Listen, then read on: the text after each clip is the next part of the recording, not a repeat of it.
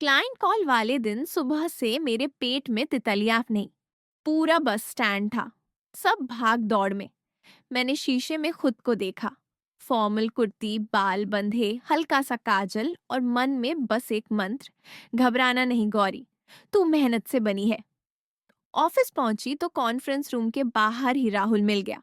मुस्कुराकर बोला, ready, don't worry, I will handle the tough parts. और उसके आयल ने मुझे चुभा। मैं मुस्कुराई भी नहीं, बस शांत होकर बोली, will handle, I take notes and jump in if needed. Rahul ने एक सेकंड को मुझे ऊपर से नीचे देखा, जैसे उसे मेरी जंप इन वाली बात हजम नहीं हुई। फिर बोला, श्योर, और अंदर चला गया। कॉल शुरू हुई। क्लाइंट की आवाज भारी, सवाल तेज, what's the key insight, what's the risk, what's the timeline. और मेरी उंगलियां नोट्स पर भाग रही थी। राहुल बोल रहा था, पर बीच बीच में कुछ डेटा पॉइंट्स गड़बड़ा रहा था और मेरे अंदर का प्रोफेशनल अलार्म बजने लगा। अब बोल, वरना बाद में पछताएगी। मैंने एक सेकंड सांस ली, फिर बहुत साफ और विनम्र स्वर में कहा, hi, this is Gauri, intern from the team. Just to clarify the number on adoption rate, our latest cut shows X, not Y. The trend is consistent, but the exact figure is X. कमरे में एक पल के लिए सन्नाटा हुआ। राहुल ने आंखें घुमाई, पर क्लाइंट ने कहा, गुड कैच, थैंक्स। और मैनेजर ने मेरी तरफ बहुत हल्का सा अप्रूविंग नॉड किया। वो नॉड किसी ट्रॉफी से कम नहीं था।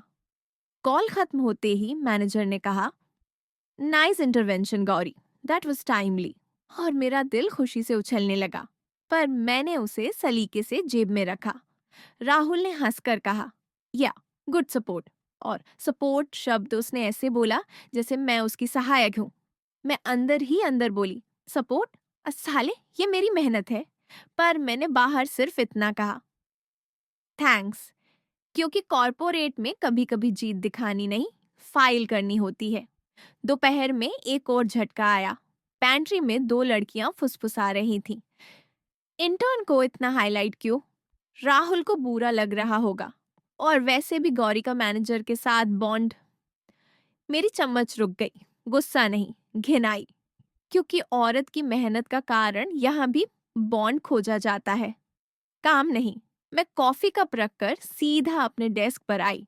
मीरा को मैसेज किया तो वो फटाक से बोली, ओए, ऑफिस की चुगली गैंग से दूर रह, पर अपने काम का क्रेडिट मत छोड़। और सच में, शाम को जब मैनेजर ने रिकैप मेल ड्राफ्ट किया, राहुल ने उसमें टीम के नाम पर सब कुछ गोल कर दिया। मेरी करेक्शन गायब। मेरा अंदर का डर बोला, छोड़ दे, नई है तू। पर मेरी नई गौरी बोली, नहीं, ये यहीं से शुरू होता है। मैंने बहुत प्रोफेशनल तरीके से रिप्लाई ड्राफ्ट किया। Hello O'Neill, adding one line for record. During the call, I clarified the adoption rate figure from Y to X based on the latest cut, which the client acknowledged, attaching the updated sheet for reference. बस, कोई drama नहीं, कोई तंज नहीं, सिर्फ सच। Mail गया तो हाथ कांप रहे थे, पर आंखें स्थिर थीं। राहुल ने कुछ देर बाद मेरे पास आकर धीमे से कहा, You didn't have to do that. मैंने स्क्रीन से नजर हटाए बिना कहा, I did, for clarity. Rahul का चेहरा तना। You are getting bold. मैंने पहली बार उसे सीधा देखा। I am getting accurate. और वो बिना जवाब दिए चला गया। शाम को मैं बाहर निकली तो आसमान में हल्की सी ठंड थी और मेरे अंदर दिन भर की लड़ाई की गर्मी। फोन देखा, अर्जुन का मैसेज, आज तुमने अपनी जगह ली, प्राउड। मैं चौंकी। उसे कैसे पता? तभी दूसरा मैसेज आया। मीरा ने बताया, और तुम्हारी आंखों की चमक भी बताती। मैं हंस दी। ये लड़का भी ना। पार्क के पास मिली तो अर्जुन ने बिना कुछ पूछे बस कहा, चलो चाय। और कभी कभी यही काफी होता है। कोई सलाह नहीं, कोई जांच नहीं, बस साथ। हम चाय वाले ठेले पर खड़े थे। उसने कप मेरे हाथ में दिया। आज की जीत की चाय। मैंने लंबी सांस लेकर कहा, जीत के साथ डर भी आता है। अब राहुल और गंदा खेलेगा। अर्जुन ने शांत होकर कहा, तो तुम और साफ खेलोगी। मैंने उसे देखा। इतना आसान? वो मुस्कुराया। आसान नहीं, पॉसिबल। फिर उसने थोड़ा गंभीर होकर कहा, गौरी, शहर तुम्हें नाइस गर्ल बनाकर रखेगा। जो सब सुन ले, चुप रहे। तुम वो मत बनना, मैंने धीरे से कहा। मैं नहीं बनना चाहती, पर कभी कभी अकेलापन लगता है। अर्जुन ने कप से भाप उड़ाते हुए कहा, अकेलापन तब होता है जब तुम खुद के खिलाफ खड़ी हो, तुम खुद के साथ हो। और मैं भी। ये मैं भी बोलते वक्त उसकी आवाज थोड़ी धीमी हुई और मेरी धड़कन थोड़ी तेज। हम चाय के बाद धीरे धीरे चलने लगे। सड़क पर गाड़ियां और हमारे बीच एक अजीब सी शांति। मैंने अचानक कहा, आज ऑफिस में लोगों ने मेरे काम का कारण कुछ और समझा, जैसे मेहनत नहीं, किस्मत। अर्जुन ने रुककर मेरी तरफ देखा। तुम्हें बुरा लगा? मैंने कंधे उचकाए। गुस्सा आया और फिर लगा इन्हें क्या साबित करूं। अर्जुन ने बहुत सधी हुई आवाज में कहा, किसी को कुछ साबित मत करो, बस अपना काम इतना साफ रखो कि झूठ टिक न सके।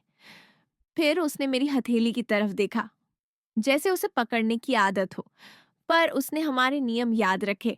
बस बहुत हल्का सा उंगलियों की नोक से मेरी छोटी उंगली छुई और कहा, और जब मन भारी हो मुझे बता देना। मेरा गला सूखा। मैंने धीरे से पूछा, तुम मेरे लिए इतना क्यों करते हो? अर्जुन ने हंसने की कोशिश की, पर आंखें गंभीर थीं। क्योंकि तुम मुझे अच्छी लगती हो गौरी।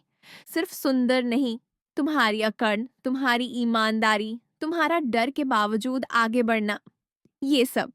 मैं एक सेकंड को बोल ही नहीं पाई। फिर मैंने खुद को संभाल कर मजाक में कहा, इतना बड़ा भाषण, साले, सीधा बोलना पसंद है। अर्जुन की मुस्कान नरम हो गई। ठीक है, पसंद है।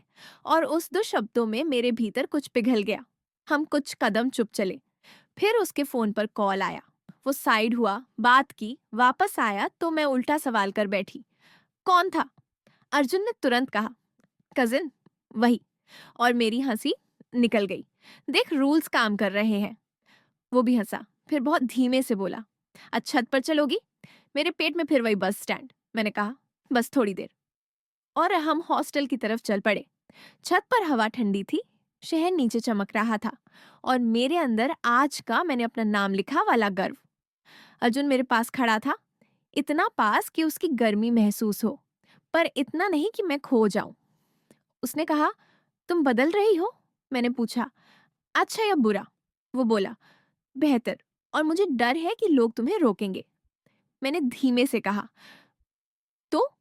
अर्जुन ने मेरी तरफ देखा, तो मैं नहीं रोकूंगा, मैं बस तुम्हारे साथ चलूंगा।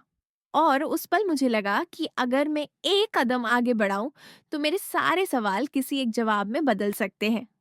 पर मैंने बस सांस ली, उसका हाथ नहीं पकड़ा, सिर्फ अपनी उंगलियां उसकी हथेली के पास रख दी। एक इशारा, एक भरोसा, और हम दोनों कुछ देर तक शहर की रोशनी देखते रहे।